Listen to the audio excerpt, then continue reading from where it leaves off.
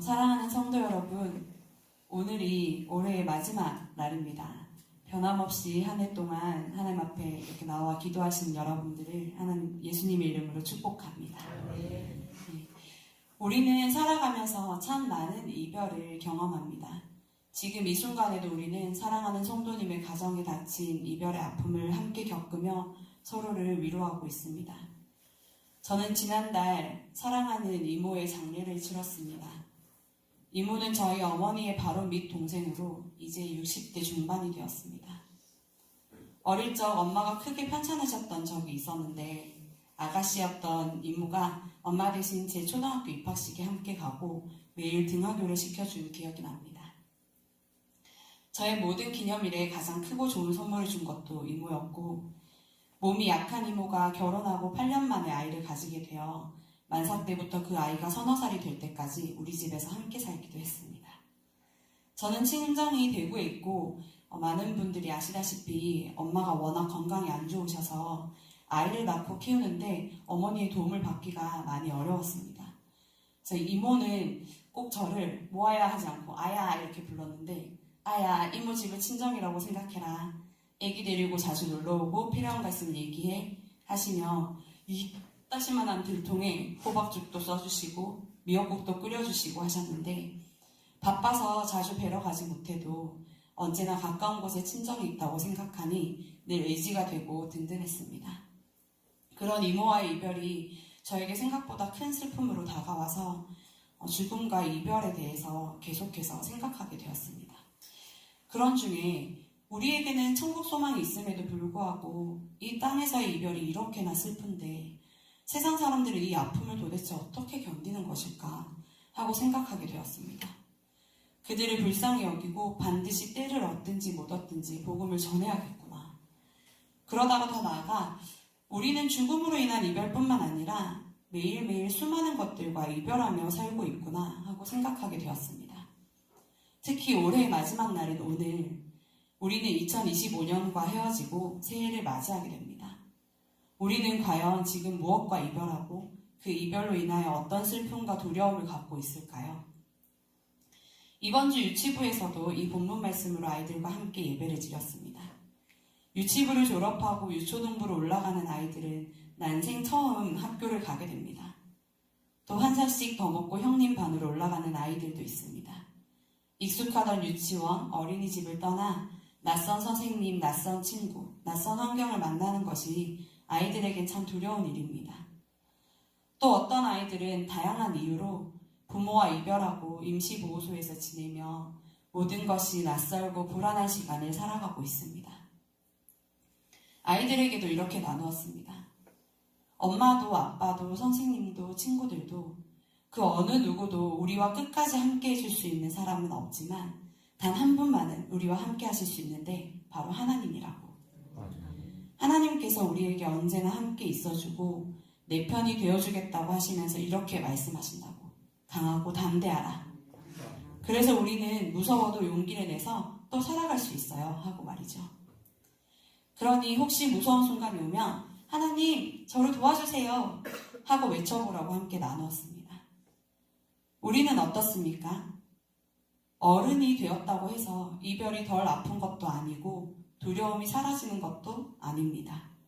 오히려 우리는 더 많은 것을 의지했고 더 많은 것을 붙들고 살아왔기 때문에 여러 형태의 이별 앞에서 더 많이, 더 깊이 흔들립니다. 그러면 우리는 이 이별 앞에서 어떻게 반응해야 할까요? 오늘의 본문은 모세가 죽은 이후 여호수아에게 주신 하나님의 말씀입니다.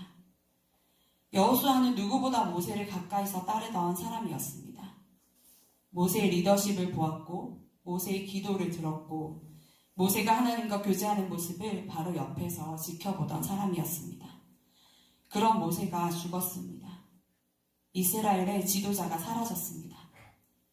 여호수아는 얼마나 큰 슬픔과 상실감을 느꼈을까요?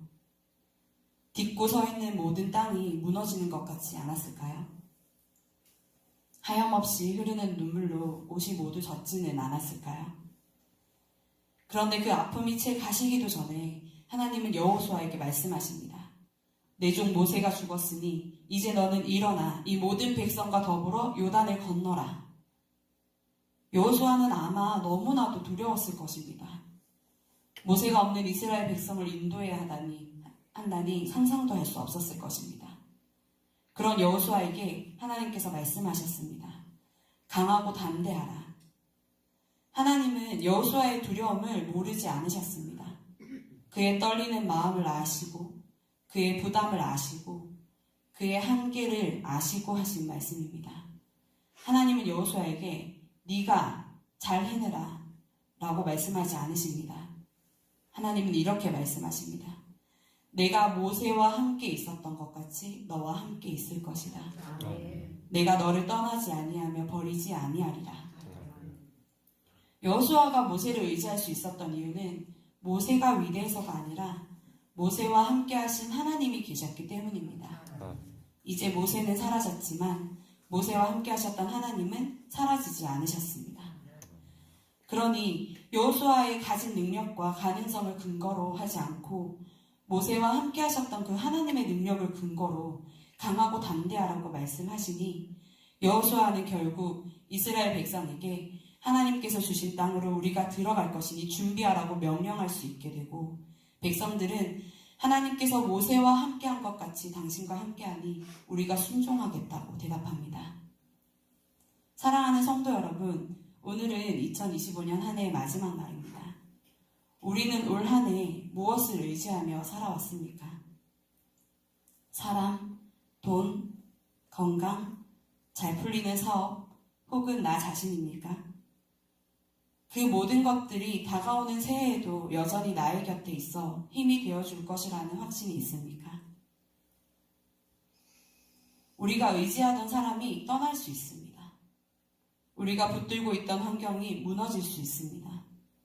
우리가 믿고 있던 것이 한순간에 사라질 수 있습니다. 그 이별 앞에서 우리가 두려워하는 것은 너무나 당연합니다. 2025년이 잘 풀렸다면 2026년이 잘 안 되면 어떡하지? 하는 걱정이 찾아옵니다. 2025년이 고난의 연속이었다면 2026년을 맞이하는 우리의 마음에 더 큰 근심과 두려움이 있는 것은 어쩌면 너무나 자연스러운 일입니다. 그러나 오늘 본문은 이렇게 우리에게 말합니다. 너의 평생에 너를 능히 대적할 자가 없을 것이다. 내가 너와 함께 있고 떠나지 아니하며 버리지 아니하리라. 성도 여러분, 우리의 삶이 어떠했든 이 한 해가 성공이었든 실패였든 하나님은 지금도 살아 역사하시며 우리를 이 자리에 있게 하시고 우리에게 말씀하고 계십니다.